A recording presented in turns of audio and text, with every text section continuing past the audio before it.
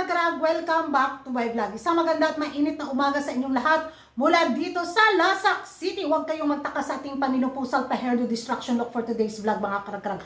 Galing akong Sultan Kudarat. Nagbaktas ko pabalik dito sa Lasak City. Mauni mura ko gibugno ugwak-wak. Dahil nga nako, grabe yung mga pasabog na kaganapan ngayon sa mga kandidata sa Miss Universe Philippines 2024 sa fashion show sa Sultan Kudarat na kung saan kudos sa municipality ng Sultan Kudarat. Uy, as in, ano lang yun ha, local lang yun na ano ha, rampahan stage ha, pero dinaig pa ang MUPH stage sa kanilang production, no? Baka naman sa taon na to, Miss Universe Philippines Organization, nakakahiya naman sa Sultan Kudarat, binigyan yung mga kandidata na saktong rampahan talaga na makabakta sila at hindi sila magsiksika na parang sardinas ba? Di ba kung ikukumpara natin yung mga pa-stage na naganap sa Miss Universe Philippines pageant, nung nakita ko talaga yung pa-stage sa Sultan Kudarat, wow! Yung ano ba, small version siya sa pa-stage sa Thailand, di ba? Yung ka-eksena galore na kung saan makabaktas yung taman ang mga kandidata. Medyo pamaulan pud gamay ba, di ba? Hindi gaya nung sa ano mga stage na ginawa ng MUPH organization, hindi man to sa ano ha, pero yung kasi yung nasaksihan at nakikita natin, di ba, na wala dyan, piot pa kaayo. So sa taon na ito mga karagkarag, umasa talaga ko na mag-level up din ang Miss Universe Philippines organization sa kanilang production. Abang tayo. Kung hindi man sila mag-level up, naku, putaktin sila ng todo sa social media. Ewan ko na lang. So balik tayo dito sa fashion show ng mga kandidata sa Sultan Kudarat na kung saan grabe na pabilib talaga ako sa mga ibang kandidata na kung saan umaariba talaga ng todo. Unstoppable gyud, talagang lumalaban ng walang atrasan ba, walang prino-prino, diritso-diritso gyud sila mga karag-karag. So, nung makita ko yung rampahan ng mga kandidata, masasabi ko talaga, yung mga frontrunner talagang, wala steady jud sila mga karag-karag.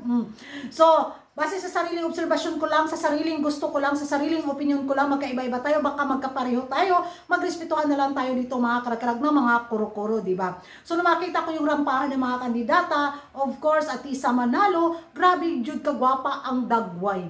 Face lock jud ni Atisa, oy lami kay sagpaon bitaw kagwapa ba ni Muday.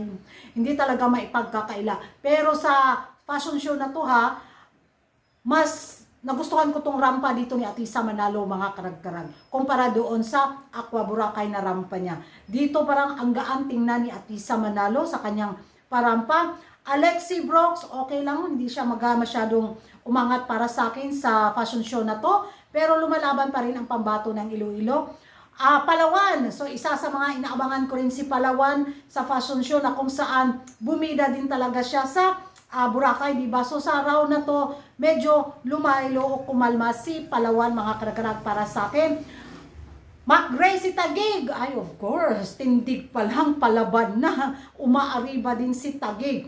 So yan ay mga sa sariling obserbasyon ko lang mga karag-karag at isa talaga sa mga kandidatang na-goosebump ako at na-in love ako sa kanyang performance sa round na to sa fashion show sa Sultan Kudarat. Walang halong bias na reaction vlog to, sa sariling gusto ko lang. VVV. Grabe si VVV mga karag-karag. Yung rampa ni VVV ba?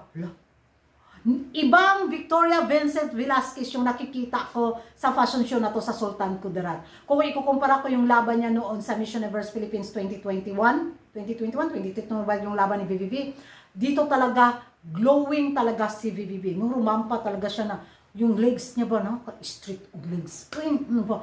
Hala! Bacoor! Hindi talaga nagpapaawat ang pambato ng Bacoor. Sa round na to, ibibigay ko talaga kay VVV mga karag-karag ang corona. Next na dalawa silang kandidata na natipuhan ko ng todo sa fashion show na to. Baguio. Yung naka-baby pink ba yun si Baguio or ano yung kulay na suot niya? Pink po siya ba yun? Ay basta. Maura na kuragan.